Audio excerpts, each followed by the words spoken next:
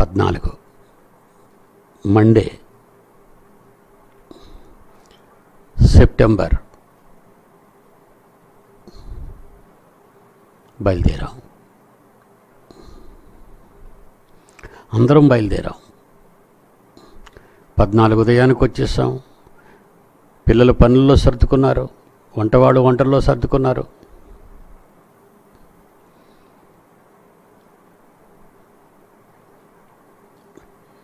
నా తండ్రి సేవలో అతి అవసరతలో ఉన్న నాకు ఎల్లప్పుడూ ఒక వైద్యుడిలా, ఒక అడ్వైజర్గా, ఒక ఆలోచనకర్తగా ఉంటూ నన్ను వెన్నంటి ముందుకు నడిపిస్తున్న సహకారి. ఇక ఈమెను కూడా తీసేద్దాం అనుకున్నాడు వాడు. అయితే తండ్రి అనుమతి లేకుండా జరగదు. ఎందుకో నేను అనుమానిస్తూనే ఉన్నాను. 14 వచ్చాం. ఈమె కొంచెం అలా బాధలో ఫీల్ అవుతుంది. ఏమైందో తెలీదు. నిజంగా అండి, ఊహించలేదు. ప్రసన్నబాబు వచ్చాడు. ఒరే నాన్న, పరిస్థితి ఇది తీవ్రస్థాయిలో ఉంది, మళ్ళా నువ్వు వైజాగ్ వెళ్ళాలి. అదే రోజు సాయంకాలానికి తీసుకెళ్ళి హాస్పిటల్లో జాయిన్ చేశాడు నా కొడుకు.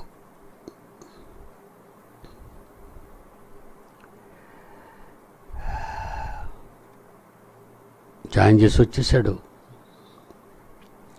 నా కొడుకు నా పక్క చూస్తున్నాడు. ఏనాయనా, మీరు కూడా ఒక్కసారి డాక్టర్ దగ్గరికి వెళ్ళాలి ప్లీజ్ డాడీ. టోటల్ మీరు చెకప్ చేసుకోవాలి. Well my son. మరుసటి రోజు వెళ్ళి నేను హాస్పిటల్లో జాయిన్ అయ్యాను.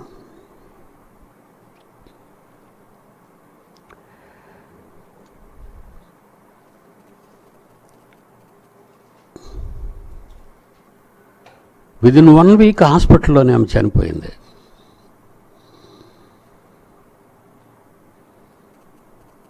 నేను హాస్పిటల్లో జాయిన్ అవ్వడం, దేవుడు ఆరోగ్యాన్ని ఇవ్వటం, ఇంటికి క్షేమంగా రావటం అంతా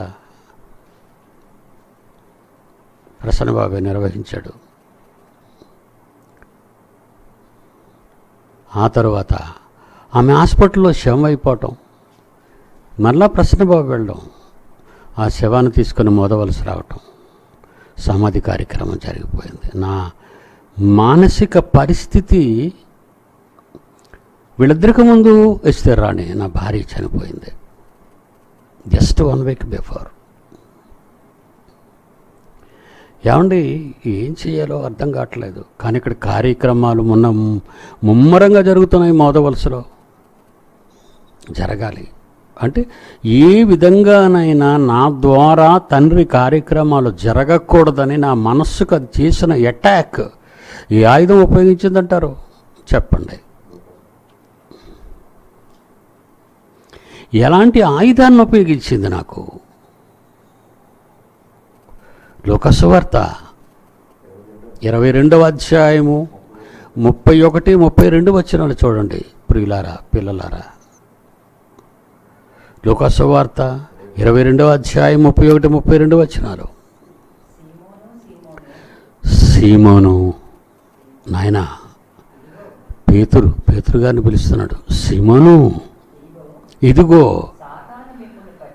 సాతాను నిన్ను పట్టి గోధుమల వలె జల్లించుటకు మిమ్మల్ని కోరుకుందయ్యా, కానీ నీ నమ్మకం తప్పిపోకుండా, నీ మనసు మారకుండా, నీ నమ్మిక నా మీద తప్పిపోకుండా ఉండునట్లు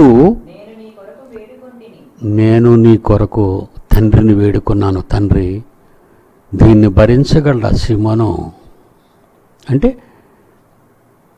ఇలాంటి పరిస్థితులు నిజమైన క్రైస్తవులు కంటే నా పిల్లలందరి కోసం చెప్తున్నానండి, but not other people in the world. నా పిల్లల కోసం చెబుతున్న మాటలు ఇవి, మీ మెలకువ కోసం చెబుతున్న మాటలు ఇవి. కొడుకు గనక యేసుక్రీస్తు తెలుసుకున్నాడు. పేతురు గారు చాలా ఉచ్చుల్లో చిక్కడతారు ఇప్పుడు. సీమోను సీమోను, ఇదిగో సాతాను మిమ్మల్ని పట్టి గోధుమల వలె జల్లించుటకు మిమ్మును కోరుకున్నాడు. ఎవరిని కోరుకున్నాడు? తండ్రిని. ఒక ఆత్మ ఒక మనిషిని చంపాలంటే దేవుని నుండి అనుమతి పొందాలి. ఒక యోబును చంపాలి అంటే దేవుని నుండి అనుమతి పొందాలి. మీకు లాస్ట్ వీక్ చెప్పాను. అతని ప్రాణము తప్ప ఏం చేసుకుంటావో మిగిలిన వాళ్ళందరినీ చేసేయి. చివరికి అతని శరీరం కులిపోయి చిల్ల పెంకులతో గోక్కునే స్థాయిలో దేవుని మీద ఉన్న నమ్మకాన్ని పోగొట్టలేదు కనుకొట్టుకున్న భార్య ఇచ్చి లేనిపోని మాటలు ఆడిన మూర్ఖురాలుగా మాట్లాడుతున్నావే తప్ప నీకు ఆలోచన లేదమ్మా. సాతాను నిన్ను కోరుకున్నాడు. ఈలోగా నేను ఎంటర్ అయ్యాను. నేను నా తండ్రి దగ్గరికి నేను ఎంటర్ అయ్యాను. క్రీస్తు ద్వారానే కదా అన్నీ జరగాలి. నేను ఎంటర్ అయ్యాను అందులోకి, నీ ఇష్యూలోకి నేను కూడా వచ్చాను. వచ్చి పేతురుకున్న నమ్మకం తప్పిపోకూడదనే ఆలోచనతో తండ్రిని నీ గురించి వేడుకున్నాను. నీ మనసు తిరిగిన తరువాత వెళ్ళు, నీ పిల్లలందరినీ నీ తమ్ముళ్ళందరినీ నువ్వు స్థిరపరచాలి. ఇది సాక్ష్యం. బలపరచు. కనబడని వాడు శరీరులు కాదు, వాళ్ళు పెద్ద పెద్ద వర్గాలు ఉన్నాయి నీ మీద అటాక్ చేయడానికి. ఎందుకంటే 760 కోట్ల మంది దాని సైన్యంలో చేరిపోయినటువంటి వాళ్ళు. అందులో 104 బతికిన వాళ్ళు ఉన్నారు, 110 బతికిన వాళ్ళు ఉన్నారు.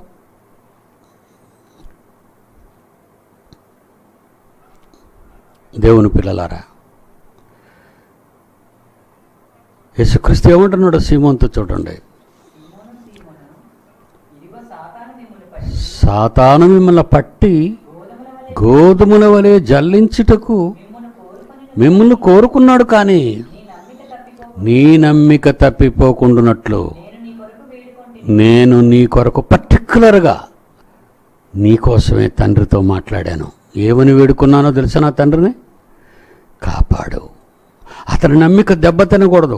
అతని నమ్మిక దెబ్బతిందంటే అపోస్తులు అగ్రగణ్యుడైన పేతురు డ్యామేజ్ అయితే మిగిలిన అపోస్తులు అందరూ డ్యామేజ్ అయిపోతారు. ప్రారంభ సంఘం డ్యామేజ్ అయిపోద్ది. క్రిస్టియానిటీకి గండి పడిపోద్ది, విప్లవానికి గండి పడిపోద్ది. నీ మీద చాలా ఆశలు ఉన్నాయ్యా.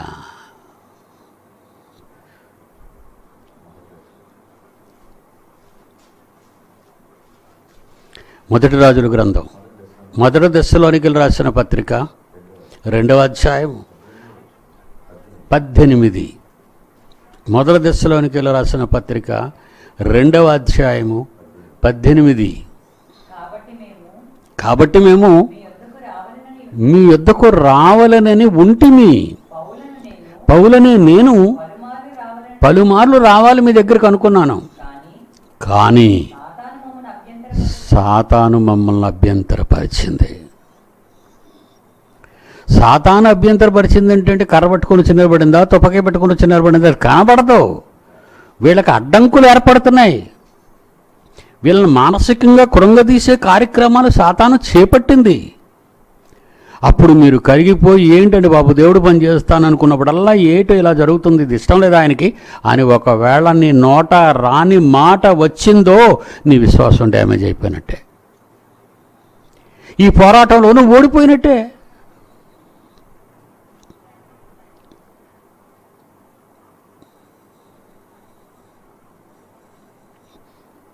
ఆ కిందకి వెళ్ళేసరికి ఎఫెసీ పత్రిక 6వ అధ్యాయంలో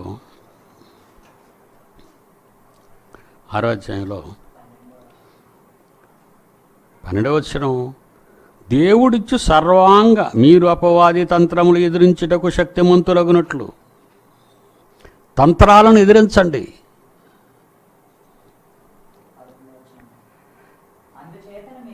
అందుచేతను మీరు ఆపద్దినమందు కనబడని వారిని ఎదిరించున్నట్లు ముందు దేవుని ఇష్టాన్ని నెరవేర్చి నిలవబడండి.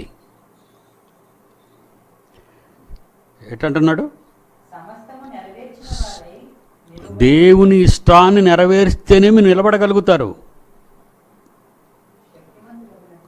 కనుక మీరు ఈ విధంగా శక్తి కావాలి అనుకుంటే, శక్తిమంతులు కావాలని మీరు అనుకుంటే, దేవుడిచ్చు సర్వాంగ కవచం అండి. ఏంటండి బాబు, ఈ కవచాల మన దగ్గర ఎక్కడున్నా అనుకున్నారా? బైబిల్లోని మహాజ్ఞానం ధరించుకుంటారా?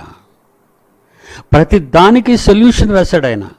ప్రతి దానికి ఆయన వివరించి సమాధానం చెప్పాడు. అయ్యి మనం జాగ్రత్తగా చూసుకోవాలి.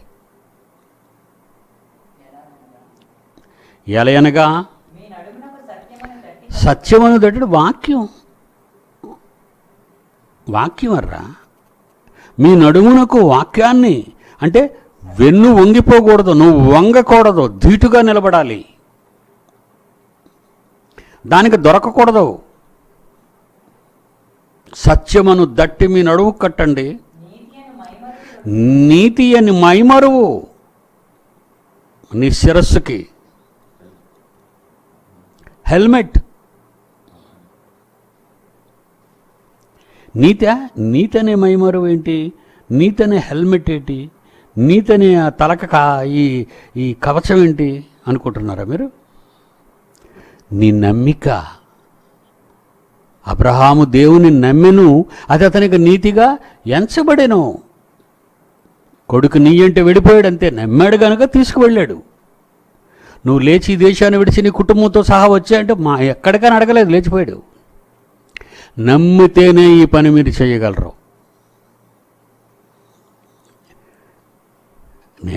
నేను నమ్మాను. మొదటి చావు ఆపాలనుకుంది, రెండో చావు చేసేసింది, మూడో చావుకు వచ్చింది, చేసేసింది. ఇంకా నన్ను పరీక్షగానే చూస్తున్నాడు నా తండ్రి. నిలబడతాడా వీడు? నిలబడ్డా. నేను నిలబడకపోతే నా పిల్లలందరూ డ్యామేజ్ అయిపోతారని నాకు భయం. నేను ఎందుకు నిలబడ్డానో తెలుసా? నా పిల్లల కోసం. నేను చెప్పాను గతంలో మీకు, దేవా నా పిల్లలు అమాయకులు తండ్రి, వాళ్ళకు నేను చెప్పవలసిన అనేక సంగతులు ఉన్నాయి, అవన్నీ చెప్పాలయ్యా. అంతవరకు మీ దయ ఉంచితే ఉంచండి, లేకపోతే మీ ఇష్టాన్ని జరిగించండి. కీర్తనలు 94వ అధ్యాయం 19. కీర్తనలు 94:19. నా అంతరంగమందు విచారణలు హెచ్చుగా నీ గొప్ప ఆదరణ నా ప్రాణమునకు నెమ్మది కలుగు చేయుచున్నవి. రిపీట్. అంతరంగమందు విచారములు వెచ్చగా. క్లారిటీ రాడు. చదివేటప్పుడు సౌండ్ ఇవ్వండి మైక్కి. చదువు నాయన. నా అంతరంగమందు విచారములు హెచ్చగా, ఎక్కువైపోయి ఒకరి తర్వాత ఒకరు చావు, ఒకరి తర్వాత ఒకరు చావు. ఏటి చావులు? ప్రేమతో ఆరంభమైన ఈ చావుల కార్యక్రమం తిన్నగా నా ఇంటికి వచ్చేసింది, నా మీదకే వచ్చింది. 3 శవాలు లేచిపోయాయి.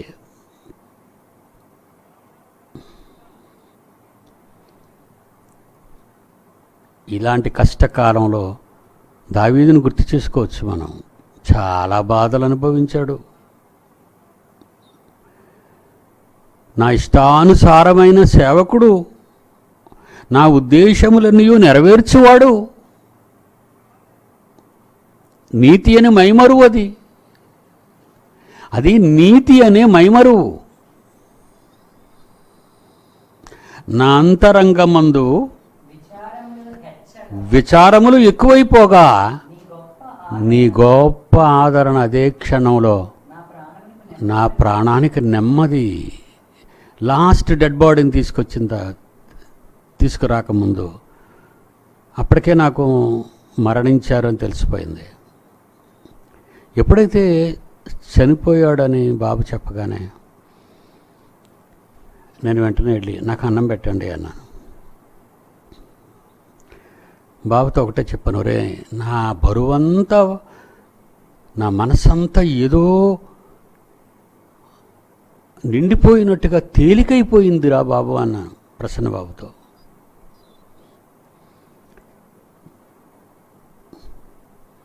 బాడీని తీసుకురావడానికి వెళ్ళారు. నేను ఇంటి దగ్గర నాకు అన్నం పెట్టేయండి, మొదవలసలో అండి, నాకు అన్నం పెట్టేయండి తింటానన్నాను. కడుపు నిండా అన్నం తిన్నానండి.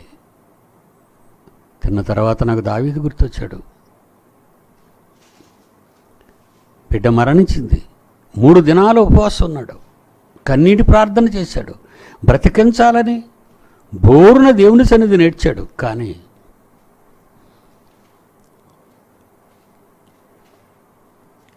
దేవుడు తీసుకున్నాడు. వెంటనే లేచిపోయాడు, స్నానం చేసేసాడు, తైలం పూసుకున్నాడు, వేరే వస్త్రాలు బట్టలు మార్చుకున్నాడు. యెహోవా మందిరంలో ప్రవేశించి తన ఇంటికి తిరిగి వచ్చి భోజనము తెమ్మనగా వాళ్ళు వడ్డించిన తర్వాత ఆయన తిన్నాడు. 2 సమూయేలు 12:20 అండి. దేవుని పిల్లలారా, సాతాను కత్తి పట్టుకుంటే 10,000 మందిని యుద్ధరంగంలో తలకాయలు తగ్గట్టువాళ్ళు. కానీ ఇక్కడ యుద్ధం చేస్తున్నది మానసిక యుద్ధం, మనసుతో యుద్ధం, మనసుకు గాయాలు. అందుకే మన వాళ్ళు అంటారు, ఏమండి ఒంటికి ఎన్ని గాయాలైనా మానిపోతాయేమో కానీ నా మనసుకు గాయం ఎంతకాలమైనా మరవలేనంటాడు. ఆ గాయంతో నేను ఎప్పుడు బాధపడుతూనే ఉంటాను అంటారు పెద్దలు. 100% అండి. అది శరీరానికి కలిగిన గాయం కాదు, అది మనస్సుకు కలిగిన గాయం. వాడి అటాక్ అది. ఇలా నిన్ను మానసికంగా కృంగదీసి దేవునికి దూరం చేసి దేవుణ్ణి తృణీకరించే స్థాయికి నిన్ను తీసుకెళ్తుంది. అది దాని పోరాటం. నీతియను మైమరువు, నడుమునకు సత్యమును దట్టి సమాధానకరమైన జోడు. నువ్వు అడుగు తీసి అడుగేయాలంటే సిద్ధ మనస్సు ఉండాలి నీకు. Ready to do. 14 తెల్లవారి ప్రయాణం, 13 శవం. సమాధాన సంబంధమైన సిద్ధ మనస్సు అయిన జోడు ఉండాలి నీకు. అంటే ఒక వీరుణ్ణి, సైనికుని ఎలాగైతే యుద్ధరంగానికి పంపడానికి డ్రెస్సును వేసి పంపుతారో ఇవన్నీ దేవుడు నీకు అర్థమయ్యేటట్టు చెప్తున్నాడు.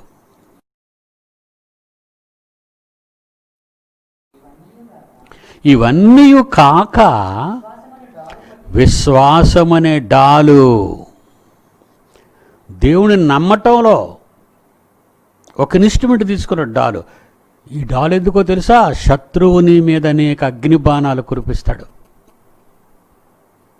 అప్పుడు నీ శరీరాన్ని అంటకుండా ఆ డాలు పట్టుకొని కాసుకుంటాడు బాణాలన్నింటినీ.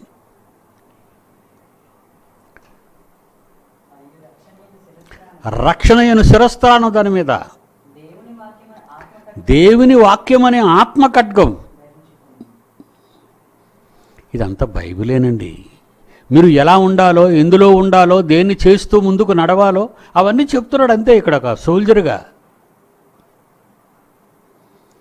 ఎంతమందిని ఈరోజు 760 కోట్ల మందిని మానసికంగా ముంచేసింది, మత్తులు చేసింది, మాయలో ముంచింది.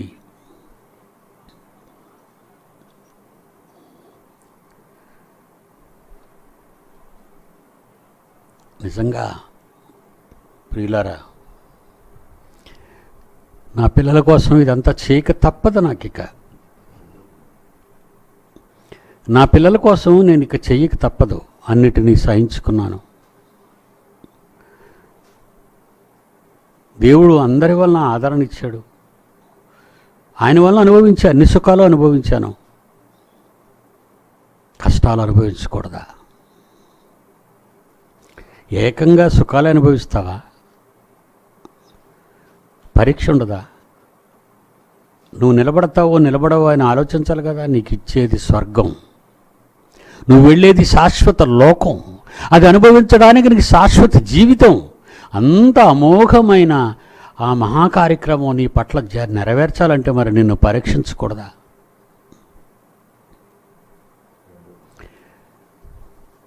తిమోతి 2వ పత్రిక 4:17. తిమోతి 2వ పత్రిక 4:17. నా ద్వారా సువార్త పూర్ణముగా ప్రకటింపబడు నిమిత్తము అన్యజనులందరూ దానిని విను నిమిత్తము ప్రభువు నా పక్కనే నిలబడ్డాడు. నన్ను బలపరచును గనుక సింహమున నోట నుండి తప్పించుకున్నానంటే ఒరిజినల్ సింహాలేం కాదవి. అడ్డంకులు చెప్పే ఎందరో క్రూరమైన రక్త పిశాచులు నన్ను ఎదురుపడ్డారు. నన్ను చంపాలి అనుకున్నారు. ఆహారం ముట్టుకోనన్నారు, పానీయాలు ముట్టుకోవన్నారు. దౌర్భాగ్యులను యూదులు కుట్ర పన్ని నన్ను చెరసాలలోనే చంపాలని అనుకున్నా నా ప్రక్కన నా తండ్రి, మా అన్నయ్య నా ప్రక్కనే నిలబడ్డారు, నన్ను బలపరిచారు. నేను సింహపు నోట నుండి, మరి ఆయన సహకారం లేకపోతే నేను ఎలా తప్పించుకుంటాను? ఆయన వాక్యం లేకపోతే నేను ఎలా తప్పించుకుంటాను? ఆయన నమ్మకపోతే నేను ఎలా తప్పించుకుంటాను? బహుశా వెపన్స్ అన్నీ మీకు అర్థమవుతున్నాయి, ఎలా అడ్డుకోవాలో మీకు అర్థమవుతున్నాయి. నేను అప్పుడప్పుడు అనుకుంటానండి, పాత నిబంధన కాలం ఆ షడ్రకు మోషేకు అబేద్నెగోలను అగ్నిగుండంలో వేసేటప్పటికి 4వ రూపం దేవదూత రూపం అంటే ఆ మంటల్లో దిగిపోయింది. అంటే తన 3 పిల్లలు రాజాజ్ఞ వలన 7 నరకగుండంలో మండడానికి అర్ధాంతరంగా వాళ్ళ బ్రతుకులను తగలబెట్టడానికి పూనుకున్నాడు చక్రవర్తి. మనకు తెలుసది. వేసాండి 3 7 చేశాను కానీ తోసేశారు. కానీ అగ్ని తన క్వాలిఫికేషన్ తప్పిపోయింది. నీటిలో మునిగిపోతాం, ఊపిరాడక చచ్చిపోతాం, మంటల్లో పడిపోతాం, కాలిపోయి చచ్చిపోతాం. అది నీటుకున్నది, ఇది నిప్పుకున్నది. వాటి క్యారెక్టర్, అది గుణం. దూత ఎప్పుడైతే వాళ్ళ మధ్యకు వచ్చిందో వారి శరీరాలకు అగ్ని ఏ హాని చేయలేదంటే దాని తత్వాన్ని అది కోల్పోయింది. వారి తల వెంట్రుకలో ఒక్కటి కూడా కాలిపోలేదు, వారి వస్త్రములు చెడిపోలేదు. అగ్ని వాసన కూడా, బట్టలకు కాలిన శబ్ద వాసన కానీ అగ్ని వాసన కానీ ఏమీ లేదు. ఇందులో ఒక మంచి పాయింట్ చెప్తానండి. ఈ ఇన్సిడెంట్స్ నేను ఎందుకు చెప్తున్నానంటే పాత నిబంధనలో జరిగినవి. తన పిల్లలకు ఆపద వస్తున్న కాలాన్న వాడని కాపాడడానికి దేవుడు ప్రతిరోజు చూస్తూనే ఉంటాడు తన పిల్లల్ని. మర్చిపోకుండా మీరు, మీకు ఇలాంటి కష్టాలు వస్తున్నాయంటే దేవుడు మిమ్మల్ని కాన్సన్ట్రేట్ చేశాడన్నమాట.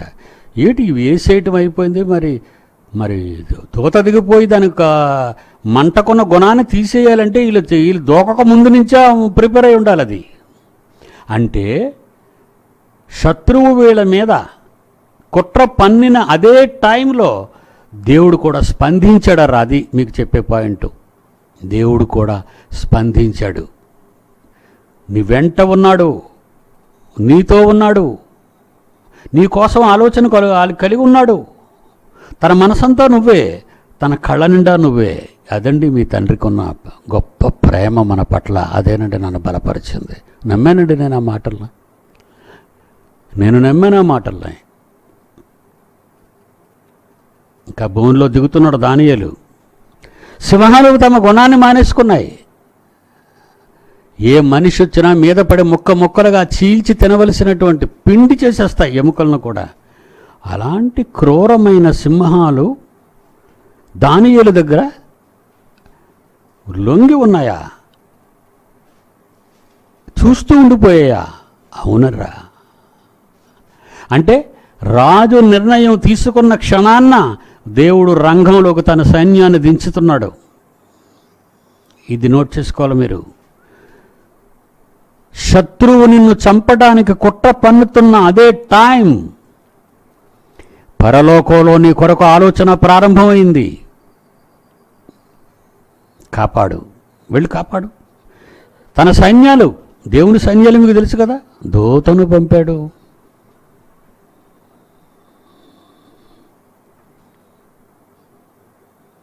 దూతను పంపాడు. అప్పుడు సాతాను అనుకున్నాడు, నాయకుడు ఇక లాభం లేదు, ప్రతి దానికి ఈయన అడ్డొస్తున్నాడు, వెళ్ళి పరీక్షించుకోమని చెప్తాడు ఆయనే. తీరానే వెళ్ళేసరికి అడ్డుపడిపోతున్నాడు సైన్యాన్ని పంపించి. వాడు అలాగే కదండి, బేడగా అనుకుంటాడు. ఎవరిని ముట్టుకోవద్దు, యోబుకు ప్రాణం తీయొద్దు, పిల్లలు చంపేస్తావా చంపేయి, ఆస్తులు తీసేస్తావా తీసేయి, భార్యను పనికి మాలిన దానిగా మాట్లాడినట్టు మారుస్తావా మార్చేయి దాన్ని, కానీ నా కొడుకును కాపాడుకుంటాను, నువ్వు మాత్రం నా కొడుకు ప్రాణం దగ్గరికి వెళ్ళద్దు. అప్పటికే వాడు గజ్జిపుల్లు వచ్చేసి నిజంగా యోబుని ఎంత చిత్రహింసలు చేశాడు మానసికంగా శారీరకంగా, మీరు ఆలోచించండి రా. ఇక లాభం లేదని ఆదిఘట్ట సర్పమే రంగంలోకి దిగిందర్రా. That is the first century. ఇక్కడి నుంచి జాగ్రత్తగా వినాలి.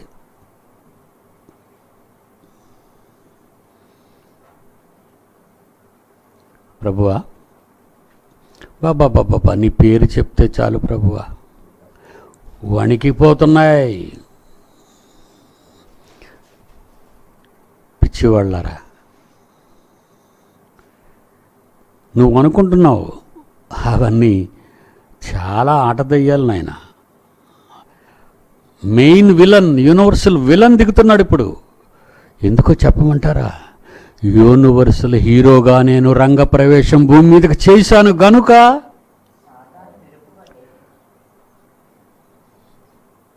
ఒక యూనివర్సల్ హీరో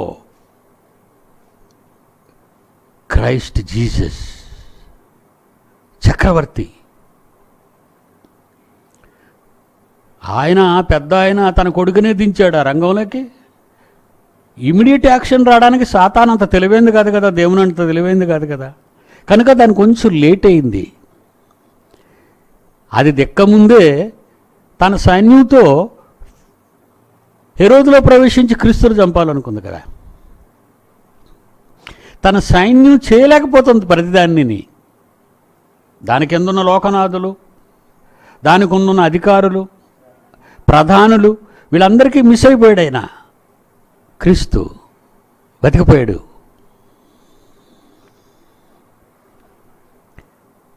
అపొస్తలులతో చెప్తున్నాడు. లోకసువార్త 10వ అధ్యాయము 17-18 వచనాలు మీకు తెలిసింది. ఇప్పుడు ఈ యాంగిల్ మారుస్తున్నాను చూడండి.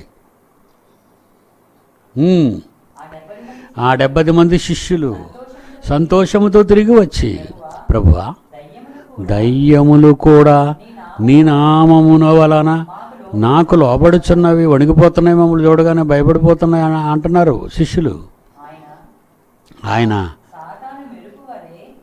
సాతాను మెరుపు వలె మెయిన్ విలన్ దిగుతున్నాడు నా కోసం మీకోసం.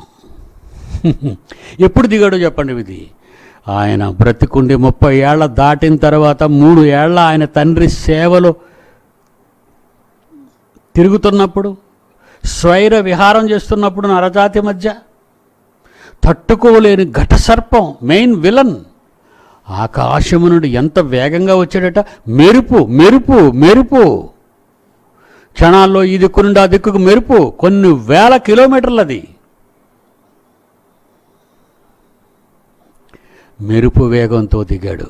ఎందుకు దిగాడో తెలుసా? నా కోసం, మీకోసం. అంటే ఇక్కడ తన సైన్యాన్ని పంపిస్తే యేసుప్రభు కాలంలో మరి అది జరగటం లేదు.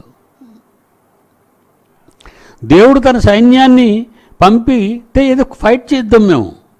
అసలు మాకు ఫైట్కి ఛాన్స్ లేదు. దేవుని సైన్యంతో మేము పోరాడలేము. పరలోకంలోనే మా అప్రతిష్ట పాలైపోయాం. మేము త్రోసివేయబడిన వాళ్ళం. మేమంతా అపవిత్రాత్మలండి. సాతాను సైన్యాల గురించి చెప్తున్నాను ఇది. ఇక లాభం లేదు. ఈ మోషన్ లేపేయాలి. క్రీస్తుకు ముందు మరి ఇదే క్యారెక్టర్ కదండి అయింది.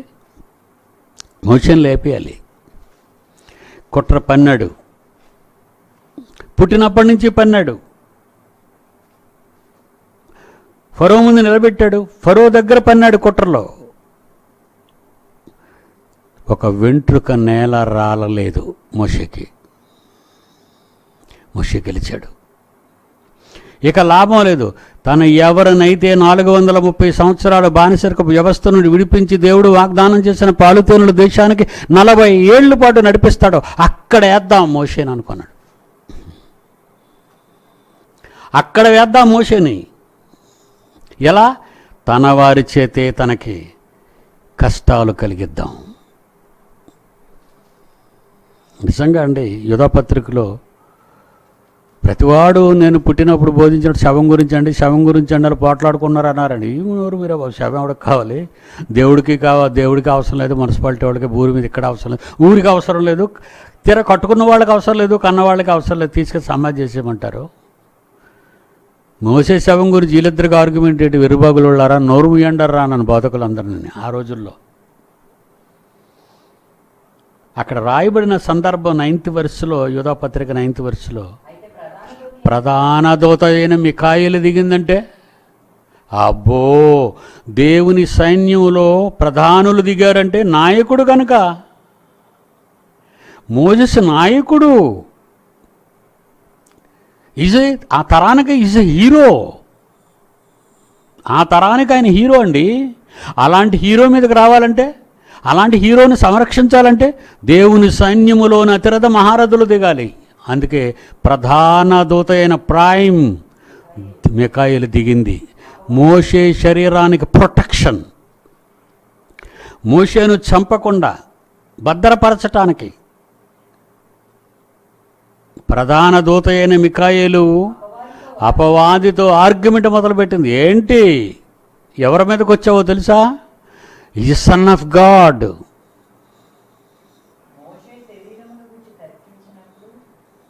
మోషే ఎవరనుకుంటున్నావు? తండ్రి ఇంటి మీద నమ్మకమైన వాడు. భూమి మీద మనుషులందరిలో ఆ తరములో సాత్వికుడు. Is a hero. Is Egyptian hero, Israel's hero. అలాంటి వాడిని సమస్త చిన్న కానిస్టేబుల్ అవుతారండి. మనుషులను అరెస్ట్ చేయడానికి కానిస్టేబుల్ అవుతాడా? కమిషనర్ ఆఫ్ పోలీస్ లేదా డీజీపీ.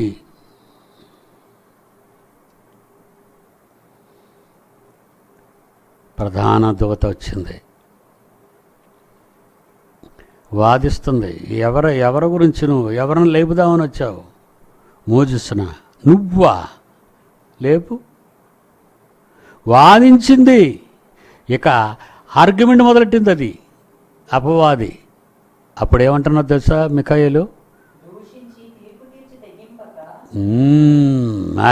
దూషించాడు. ఏంటి? నువ్వేంటి? నీ కెపాసిటీ ఏంటి? Dirty fellow. నువ్వు వచ్చింది ఒక నాయకుడి మీదకి,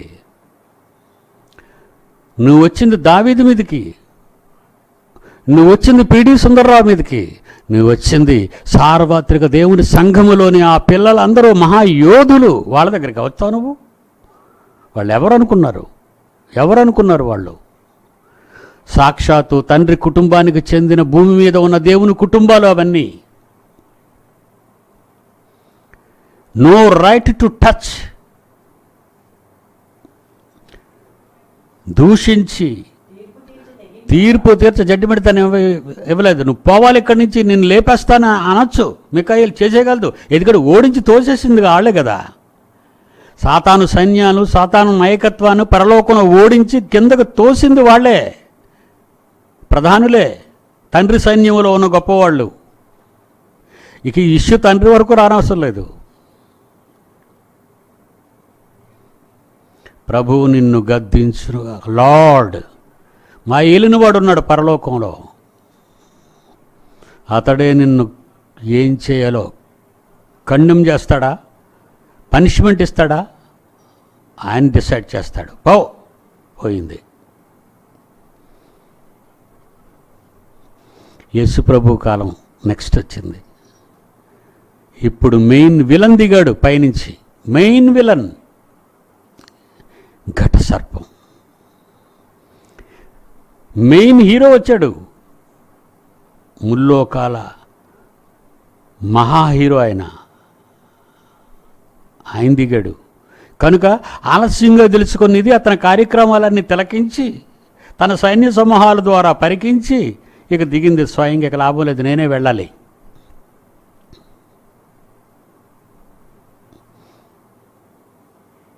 మీరు ఎందుకర్రా పొంగిపోతున్నారు, దయ్యాలు వణుకుతున్నాయని. దిగాడు, మన కోసం దిగాడు. నిలబడతారా మీరు? నిలబడతారా? అందుకే సీమునితో మాట్లాడినాడు ఆ రోజు.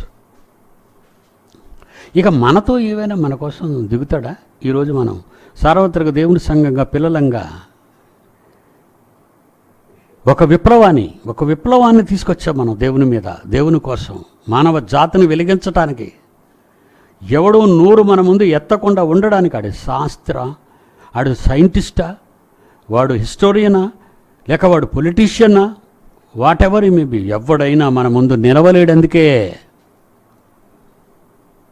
ఎవడునూ ఆయన ముందు నిలవలేడు.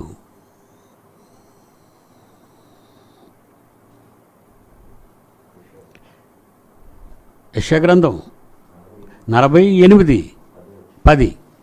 యెషయా గ్రంథం 48:10. నేను నిన్ను పుటము వేశాను. బంగారం కానీ వెండి కానీ దానికున్న మురికి వదిలగొట్టాలి అంటే మంటల్లో కాల్చాలి. నేను నీకు పుటము వేశాను, వెండిని వేసినట్లు కాదు, ఇబ్బంది కొలిమిలో నిన్ను పరీక్షించి తిని. అంటే మీకు కష్టాలు రావనుకోకండి, డాడీకే వస్తాయి, మాకు రావనుకుంటున్నారా? ఇదే పరిస్థితి నా పిల్లలకు భవిష్యత్తులో ఎప్పుడైనా, ఎక్కడైనా, ఎవరికైనా సంభవించవచ్చు. అందుకనే ముందుగా ఈ సంగతి మీకు తెలియచేస్తున్నాను.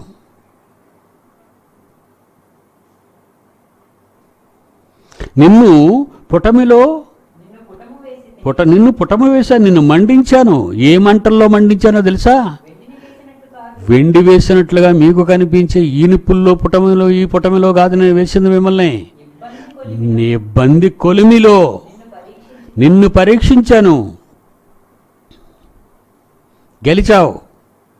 గెలిచావు రా పీడి సుందరరావు, నువ్వు గెలిచావు మై సన్. నీ ఇంట్లోనే 3 శవాలు లేపితే నువ్వు ఇంకా నవ్వుతున్నావా? ఇంకా నవ్వుతున్నావా నువ్వు? నీ కన్నీళ్ళు రావా? ఏడవేంటి వాళ్ళు చచ్చిపోతే? దేవుని తిట్టవా? ఇప్పటికీ తిట్టను. నా తండ్రి యథార్థవంతుడు, నేను యథార్థవంతుడిని, నాకు అన్నీ చెప్పాడు. ఇవన్నీ 66 పుస్తకాలలో మహావిజ్ఞాన సంపద పెట్టాడు. భవిష్యత్తుకు సంబంధించి, గతానికి సంబంధించి 3 కాలాలలో సంభవించినవన్నీ నా కళ్ళ ముందు పరిచేశాడు. 2 పేతురు 1 పేతురు 4వ అధ్యాయం, 1 పేతురు 4వ అధ్యాయం 16. ఇది మన కోసం అండి. ఇది లోకంలో ఉన్న నకిలీ క్రైస్తవుల కోసం కాదు. ఇది ఎవడైనను క్రైస్తవుడైనందుకు బాధ అనుభవిస్తే అతడు సిగ్గుపడకూడదు. ఆ పేరు క్రీస్తు అని పెట్టుకున్నవే నీ పేరులో, ఆ పేరును బట్టే దేవుని మహిమపరచాలి. అగ్ని వంటి మహాశ్రమలు మీకు కలిగినట్లుగా మీకేదో వింత సంభవించినట్లు ఆశ్చర్యపడకుడి. కిందకి వచనం 12వ వచనం ఇక్కడ జాగ్రత్తగా వినండి. This is finishing word. 12వ వచనం, ప్రియులారా మిమ్మును శోధించుటకు మీకు కలుగుచున్న అగ్ని వంటి మహాశ్రమలను గూర్చి మీకేదో ఒక వింత సంభవించినట్లు ఆశ్చర్యపడకండర్రా. ఒక లైలా కోసం దేవదాస్ రోమియో లైలా కోసం మజ్ను చచ్చిపోయాడు, తగలబడిపోయాడు. పార్వతి కోసం దేవదాసు చచ్చిపోయాడు. రోమియో కోసం, జూలియట్ కోసం రోమియో చచ్చిపోయాడు. ఏంటి చచ్చిపోడు అంటే చూసి వాళ్ళకి ఎలాంటి కథలు నేర్పించేసిందో. మళ్ళా అంటదే చచ్చిపోయి కానీ ఇంకా 7 జన్మలు ఉన్నాయిరా బాబు నీకు. ఒకడికి 1000 జన్మలు. ప్రతి జన్మలోనే నీకు భార్యను, నువ్వు నాకు భర్తవే. ప్రతి జన్మలో నువ్వు నాకు లవర్ని, నేను నీకు లవరు. అబ్బా ఏవి కథలు పెట్టిందండి వాళ్ళ బ్రతుకులో. చందమామ కథలన్నీ. మిగిలిన సంగతులు నెక్స్ట్ ఎడిషన్లో అంటాడు అంతే. అదొక బేతాళ కథ. లేదర్రా, మీకున్నది ఇదే, వన్ అండ్ ఓన్లీ జన్మ. ఇక్కడే మీ సత్తా చూపించండి. కష్టాల కొలిమిలో, నిప్పుల కొలిమిలో నుండి తీశాడే మనల్ని. మరి మీ డాడీనే ముందుగా వేశాడు ఆ నిప్పుల మీద. మీ డాడీనే వేయాలి కదా. నాకెందుకు వచ్చాయంటే మీకు చెప్పడానికి, నన్ను ఎందుకు బతికించాడంటే ఈ రహస్యాలు చెప్పడానికి. ప్రసన్నబాబు ఒక మాట మాట్లాడినప్పుడు, డాడీ మీరు మా కోసం బ్రతకాలి డాడీ. పిల్లలందరూ ఫోన్ చేసి, డాడీ మీరు మా కోసం బ్రతకాలి, మీ కష్టాలు ఏమైనా ఉంటుంటే చెప్పండి డాడీ, మేము వచ్చేస్తాం, ఏం కావాలంటే అది మేము చేసుకుంటాం. మీరందరూ ఉంటే పడే కష్టం వేరు, నేను ఒంటరిగా పోరాడే ఈ కష్టం వేరు. నన్ను ఓదార్చేవారు ఉండకూడదు, నన్ను కనికరించేవారు ఉండకూడదు. నేను నిలబడను నేనే చూడాలి. మీరెవరో కలుగు చేసుకోకండి. యుద్ధం నేను చేస్తాను. మానసిక యుద్ధంలో సాతానుని నలుగగొడతాను. నన్ను నలుగగొట్టాలని వాడేశాడు, నేను వాడిని నలుగగొడతాను. వాడికి చావు లేదు, నాకు చావు లేదు. కనబడిన దానితో పోరాటం, శరీరాలతో కాదు. ఇక కిందకి వెళ్ళేసరికి అగ్ని వంటి మహాశ్రమలను గూర్చి మీకేదో ఒక వింత, బాబు ఇది జరిగిపోతుంది, బాబో ఏదో జరిగిపోతుంది, బాబో ఏదో, తర్వాత మా ఇంట్లో ఎవరు వెళ్ళిపోతారు, ఎందుకు రాను కంగారు పడతావు. ఎవరు వెళ్ళిపోయినా దేవుని అనుమతి లేకుండా తీసుకెళ్ళదు కదా. దేవుని అనుమతి లేకుండా తీసుకెళ్దాం. ఎంతమందికి అనుమతి ఇచ్చాడో వాళ్ళు వెళ్ళిపోతారు మృత్యుముఖంలోకి. ఏంటి నరకానికి పోతున్నారు అనుకుంటున్నావా? Jump to Paradise. పీస్ అండి. ఇన్ని బాధలు పడి ఎంత నరకం అనుభవించి ఈశ్వరు మీద రక్తం కార్చి పక్కలో బల్లెపో, ఇదంతా ఇమీడియట్ ఎఫెక్ట్ విత్ ప్యారడైజ్. నేడు నాతో కూడా పరదేశంలో ఉంటావు. Come on let us go. అక్కడికి వెళ్ళగానే ఏమనుకుంటారంటే చనిపోయిన వాళ్ళు, నా దగ్గర ఉండి చచ్చిపోయిన వాళ్ళు, నేనే కానీ వెర్రుబాగులోడ్లాగా వాళ్ళ గురించి మానసిక చింతనతో మంచం పడితే, ఏంటి ఎంత వాక్యం చెప్పి చచ్చిపోతే పరదేశికి వెళ్తావని మాకు ఎన్నెన్నో చెప్పాడైనా ఈనేటి మంచం పట్టేశాడు. ఒరే బాబు మేము హ్యాపీగా ఉన్నాం ఇక్కడ, కానీ వాళ్ళ స్వరం మనకు వినపడదే. కానీ మన యాక్షన్ మొత్తం టోటల్ యాక్షన్ అంతా కనపడుతుంది వాళ్ళకి. నవ్వుకోరా? పరదేశంలో ఉన్న వాళ్ళందరూ నవ్వుకోరా? ఏంటి వన్ అండ్ ఓన్లీ అంటారు ఇతన్నే. ఇప్పుడు మంచం మీద ఉన్నాను అనుకోండి, వాళ్ళు ఎవరనుకుంటారు? పరదేశంలో ఉన్నవాళ్ళు. ఏడు వన్ అండ్ ఓన్లీ అయినా అని హీరోయా? నన్ను అలాగ అనుకోకూడదురా. మీ డాడీని హీరో, మీ డాడీని హీరో అనుకోవాలి. వాళ్ళప్పుడు ఏమనుకుంటారు, అమ్మయ్యా అమ్మయ్యా ఆయన హ్యాపీగా ఉన్నారు, ఆయన హ్యాపీగా ఉన్నారు. పార్వతి పోయిందని దేవదాసు మంచం పట్టిన,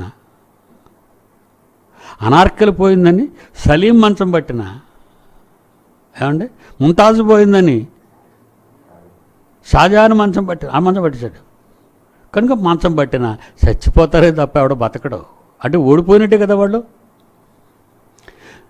మీకేదో వింత సంభవించినట్లు ఆశ్చర్యపడకండి, చెప్తున్నాడు అసలు సంగతి వినండి అంటున్నాడు. క్రైస్తవ మహిమ బయలుపరచబడాలి. నీ పక్కన ఉన్నాడు ఆయనే కదా, నీ పక్కన ఉన్నాడు ఆయనే కదా. ఆయన మహిమ బయలుపరచబడుతుంది నీ ద్వారా ప్రపంచానికి. ఏంటంటే అది, మీరు మహానందముతో సంతోషించు నిమిత్తము క్రీస్తు శ్రమలలో మీరు పాలివారై ఉన్నంతగా సంతోషించుడి. చూసారా, సంతోషించబడుతున్నాడు, హ్యాపీ. ఎందుకంటే వాళ్ళు ఈ పనికి మాలిన దేహంతో సర్వ రోగాలను అనుభవిస్తూ లక్షల రూపాయలు తగలబెడుతూ హాస్పిటల్కి పెడుతూ ఈ బాధలు పడి అనుకుంటే అనుకోకుండా హ్యాపీగా వెళ్ళిపోయారు వాళ్ళు. Wonderful life.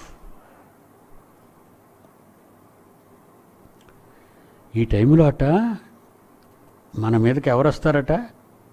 సెక్యూరిటీ. పరిశుద్ధాత్మ దేవుడు మీ మీద ఉన్నాడు. చూడండి అక్కడే 14వ వచనం, మొదటి పేతురు 4వ అధ్యాయం 14వ వచనం. క్రీస్తు నామము నిమిత్తము మీరు నిందపాలైన ఎడల మహిమాస్వరూపు అయిన ఆత్మ అనగా దేవుని ఆత్మ మీ మీద నిలుచున్నాడు.